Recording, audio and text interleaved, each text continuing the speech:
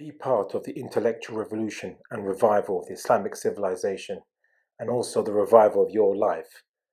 Rediscover Islam, reroute it not based on blind faith in your parents or society, but on certainty, and centering Islam as no longer a part of your life, but your purpose in life, and become a change maker for your life and everyone around you and the world, inshallah. Join the Muslim Blueprint program, a comprehensive and systematic guide to being a holistic Muslim. Link in the description. Assalamu alaikum wa rahmatullahi wa barakatuh. Jummah Mubarak. I'm speaking to you from Faisal Masjid in Islamabad on this very beautiful Friday day. It's coming close to the end of my trip in Pakistan. It's been a very amazing trip. Wonderful brothers I've met, amazing people, great audience discussions. A lot of youth have been interested and inspired from what they've been telling me anyway. One of the things that I wanted to do in Pakistan was call the Muslims to the solutions that they already have, but they're just not using. Right? Calling to the Sharia, calling to the Kitab of Allah, calling to the Sunnah. This is the things that we have as Muslims. This is our resource. This is the source of all our solutions.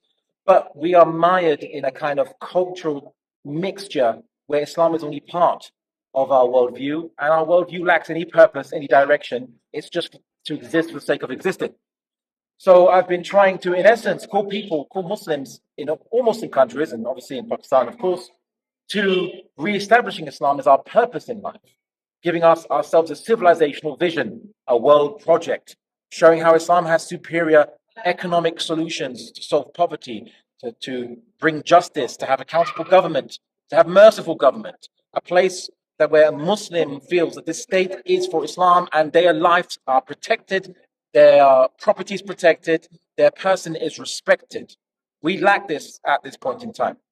Now, of course, there's a competing ideology or set of ideologies from the West, which tries to promise Muslims false promises of justice and economic solutions, which have caused massive devastation around the world.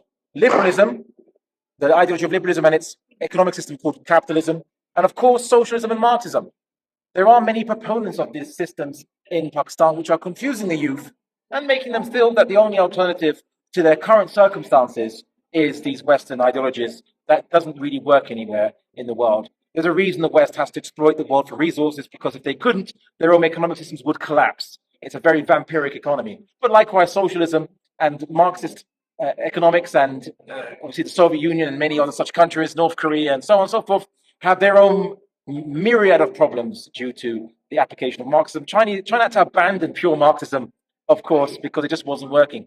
Now, I wanted to have discussions here. I wanted the people here to see these topics being debated. I approached LUMS University. I met many different organizations there that really wanted to have a public debate on these topics. One topic was liberalism on trial, was a panel discussion. But the person wasn't debating me, of course. There was another one on proof of God, and of course, the problem of evil that was hosted by Logos, the Philosophical Society. They really wanted to have some strong answers to these kind of problems, because they feel that it was lacking in the society. But what I really wanted, in order to make an event fair, if you're going to put liberalism on trial or socialism on trial, is to have a proponent from the other side attend, not to just give a lecture by itself. And some people may be thinking, well, Abdullah, why didn't you invite someone that believes in liberalism or socialism in Pakistan that's calling to it to come to these events? We did. We did repeatedly through multiple organizations. We reached out to Dr. Taimur Rahman, otherwise known as Dr. Taimur Lal. Lal means red, of course, and Red Revolution he's calling himself a Marxist.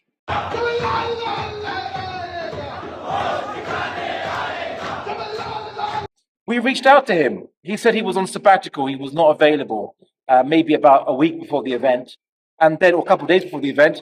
And then when I turned up to the event at LUMS, and I was telling people, unfortunately, Dr. Taimur Rahman can't be here because he said he's on sabbatical, one of the students looked at me very confused. I don't understand. I saw him in this university walking around just 2 days ago.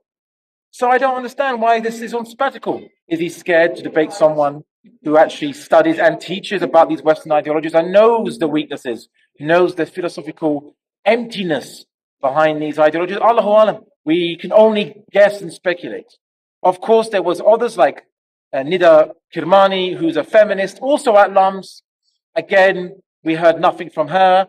There was Pervez Woodboy, who is infamous for his liberal perspectives, you could say. Again, nothing from these individuals. And some of my colleagues who've come to Pakistan before report that they don't respond. But after they leave Pakistan, they might do a video criticizing once we've left. When the coast is clear, they can come out. Right? Well, if they do that, I want you to tell them that if you are so confident in your position, if you feel your position is the strongest one, then just debate. A fair, open debate with equal time for both sides. No shouting, no argument, no one will interrupt you. Equal time, both sides, moderated public debate done in a respectful fashion that allows the audience to make their mind up about whether these ideologies are good solutions or whether they are empty, they don't understand human nature, they have failed solutions, they cause numerous problems, both in the world, even in the most successful countries, rising depression, rising social and psychological problems, anxiety, and all kinds of other such psychoses. Why don't we talk about it? Why don't we have a fair trial, right, with both sides discussing? I'm calling to the Sharia, I'm calling to Islam, I'm calling to the Khilafah, what the Sahabas called for, what the Rasulullah mentioned in a hadith, what all the classical scholars of Islam have ijma on. I'm calling to Islam as a holistic system, applied in a way that is as the Prophet Muhammad command us to, according to his sunnah, which is merciful, just, dynamic, and creative, with creative solutions. So Umar anhum, and Khalid bin Walid and so on, they were very creative in producing solutions to problems, in directing politics and so on and so forth. There was shura, there was discussion, there was a very dynamic system, but they never changed the laws of Islam. They never said the laws of Islam are abrogated or in the past. They are valid because human nature hasn't changed. So why should the laws of humans, the laws for humans, be changed? So that's my argument. So why not challenge me on this? Or if how Islam can solve poverty while having a dynamic economic system that has a profit incentive, which socialism doesn't, depending on which version you follow, of course, why don't we discuss it openly? The Islamic economic system versus socialist economic system, or the liberal economic system, or the rights system and frameworks. Let's debate and discuss this. I even anticipated that they might argue that they don't want to do a debate that might subject them to being accused of attacking Islam or criticizing Islam.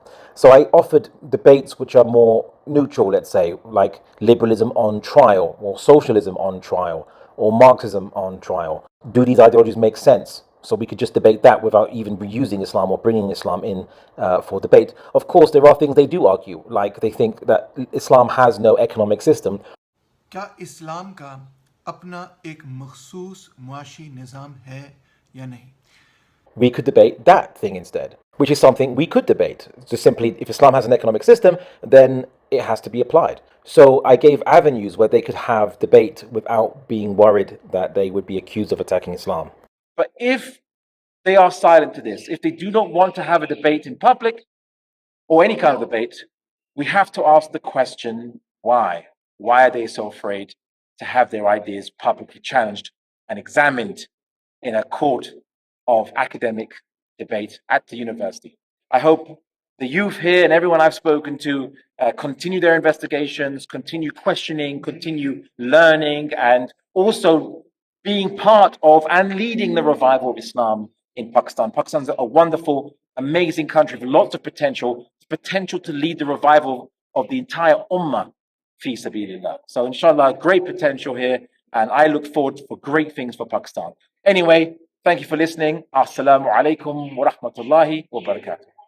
Be part of the intellectual revolution and revival of the Islamic civilization, and also the revival of your life.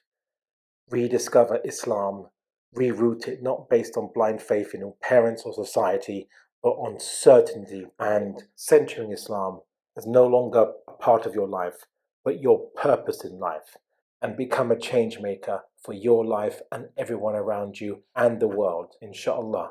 Join the Muslim Blueprint program, a comprehensive and systematic guide to being a holistic Muslim. Link in the description.